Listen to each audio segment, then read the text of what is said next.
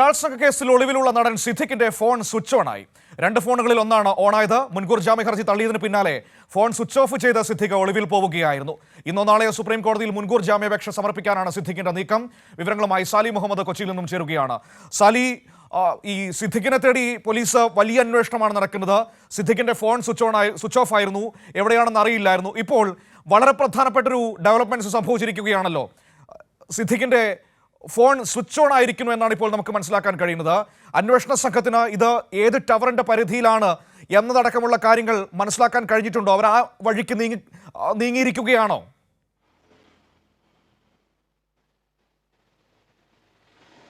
മനു, അക്കാര്യത്തിൽ ഒരു പുരോഗതി ഉള്ളത്.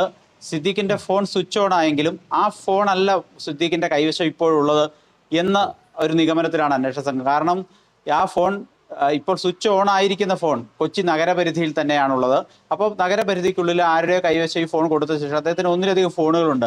അദ്ദേഹം പതിവായി ഉപയോഗിക്കുന്ന ഫോണും ഇത് തന്നെയാണ്. പക്ഷേ ആ ഫോൺ ഇവിടെ ഉപേക്ഷിച്ച ശേഷം അല്ലെങ്കിൽ വീട്ടിൽ വെച്ച ശേഷം ആയിരിക്കാം ഒളിവിൽ പോയത് എന്ന നിഗമനത്തിലാണ് ഇപ്പോൾ അന്വേഷണ സംഘം ഉള്ളത്. പക്ഷേ തിരച്ചിൽ വ്യാപകമായി പുരോഗമിക്കുന്നു. വിവിധയിടങ്ങളിൽ പരിശോധന നടത്തി. ഇന്ന് ചക്രപ്പറമ്പിലെ മുൻ ഡ്രൈവറുടെ വീട്ടിൽ പരിശോധന നടത്തി. ഇന്ന് പുലർച്ചെ പോലീസ് എത്തി. എരൂരിലെ ബന്ധുവീട്ടിൽ പോലീസ് എത്തി. ചില ഹോട്ടലുകളിൽ ഇന്നും പരിശോധന നടന്നു. പക്ഷേ എങ്കിലും ഒരു പുരോഗതിയില്ല എന്നുള്ളതാണ് സാഹചര്യം. അതിനിടെയാണ് ഫോൺ സ്വിച്ച് ഓൺ ആയത്.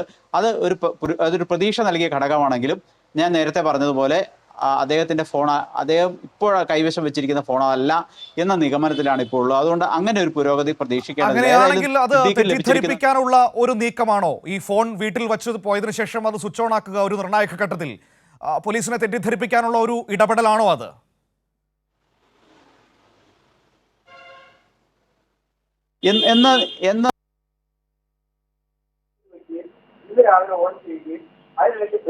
ഇന്നലെ ഓഫ് ചെയ്ത് വെക്കുകയും ഇന്ന് രാവിലെ ഓൺ ചെയ്യുകയും അതിനിടയ്ക്ക് ബെല്ലടിച്ചിട്ട് എടുക്കാതിരിക്കുകയും ഇടയ്ക്കൊക്കെ പരിധിക്ക് പുറത്ത് എന്ന് കേൾക്കുകയും ഒക്കെയാണ് ആ ഫോണിൽ ചെയ്യുന്നത്. ഇപ്പൊ അതാണ് ആ ഫോണിന്റെ സ്റ്റാറ്റസ്. ഇപ്പോഴും ആരും ഫോൺ അറ്റൻഡ് ചെയ്യുന്നില്ല. പരിധിക്ക് പുറത്ത് എന്ന് ഇടയ്ക്ക് പറയുന്നുണ്ട്.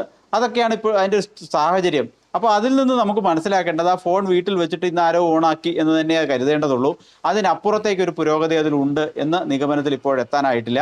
ഏതായാലും വിവിധ ഇടങ്ങളിൽ മറ്റു ചില പരിശോധനകൾ പോലീസ് നടത്തുന്നുണ്ട്. ഈ സിദ്ദീഖിനെ ബന്ധപ്പെടാൻ സാധ്യതയുള്ളവരുടെയൊക്കെ മൊബൈൽ ഫോണുകൾ നിരീക്ഷണത്തിലാണ് എന്നുള്ളതാണ്. ഏതെങ്കിലും തരത്തിൽ സിദ്ദീഖ് മറ്റേതെങ്കിലും ഫോണിൽ നിന്ന് ഇവരെ ബന്ധപ്പെട്ടാൽ അപ്പോൾ സിദ്ദീഖിന്റെ ലൊക്കേഷൻ അറിയാൻ കഴിയും എന്നുള്ളത് കൊണ്ട് തന്നെ. അപ്പൊ ചുരുക്കത്തിൽ വളരെ വിപുലമായ അന്വേഷണം പുരോഗമിക്കുകയാണ്. തിരച്ചിൽ പുരോഗമിക്കുകയാണ്. എങ്ങനെയെങ്കിലും സുപ്രീം കോടതിയിൽ ഫയൽ ചെയ്യുന്നതിന് മുമ്പ് തന്നെ ഇയാളെ പിടിക്കാനുള്ള ശ്രമത്തിലാണ് ഇപ്പോൾ പോലീസ് മുന്നോട്ട് പോകുന്നത്. ശരി, സിദ്ദിഖിനായി വ്യാപക തെരച്ചിൽ നടക്കുമ്പോൾ തന്നെയാണ് സിദ്ദിഖിന്റെ ഫോൺ സ്വിച്ച് ഓൺ ആയിരിക്കുന്നത്. പക്ഷേ അതിലൊരു പുതിയ ഡെവലപ്മെന്റ് വന്നിരിക്കുന്നത്. ആ ഫോൺ കൊച്ചി നഗരപരിധിയിൽ തന്നെയുണ്ട്. ഒരു പക്ഷേ സിദ്ദിഖ് അത് വീട്ടിൽ ആ ഫോൺ വച്ചിട്ട് തന്നെ ആയിരിക്കാം പോയിരിക്കുന്നത്. അത് ഇടയ്ക്കിപ്പോൾ സ്വിച്ച് ഓൺ ആയത് ഒരു പക്ഷേ അന്വേഷണ സംഘത്തെ വഴിതെറ്റിപ്പിക്കാനുള്ള ഒരു തന്ത്രമാണോ എന്നതടക്കമുള്ള കാര്യങ്ങളൊക്കെ പരിശോധിക്കേണ്ടതുണ്ട്. ആ ഫോണിൽ ഞങ്ങൾ കോൺടാക്ട് ചെയ്യാൻ ശ്രമിച്ചിരുന്നു. പക്ഷേ അത് തുടർച്ചയായി ബിസി ടോണാണ് നമ്മളെ കേൾപ്പിച്ചുകൊണ്ടിരിക്കുന്നത്. ആ ഫോണിൽ വിളിക്കുമ്പോൾ ഒരു ഘട്ടത്തിൽ ആ ഫോൺ എടുത്തിട്ട് അത് റോങ് നമ്പർ എന്ന് ആരോ പറയുകയും ചെയ്തു. അപ്പോൾ അങ്ങനെയൊക്കെയാണ് സംഭവം ഉണ്ടായിരിക്കുന്നത്. ഏതായാലും സുപ്രീം കോടതിയിൽ ഈ മുൻകൂർ ജാമ്യ ഹർജി നൽകുന്നതിന് മുൻപ് തന്നെ സിദ്ദിഖിനെ പിടികൂടാനുള്ള നീക്കത്തിലാണ് അന്വേഷണ സംഘം. അതിന്റെ പേരിൽ അന്വേഷണം വിപുലമായ തോതിൽ പുരോഗമിക്കുകയും ചെയ്യുകയാണ്. വിവരങ്ങളാണ് സാലി മുഹമ്മദ് നൽകിയത്.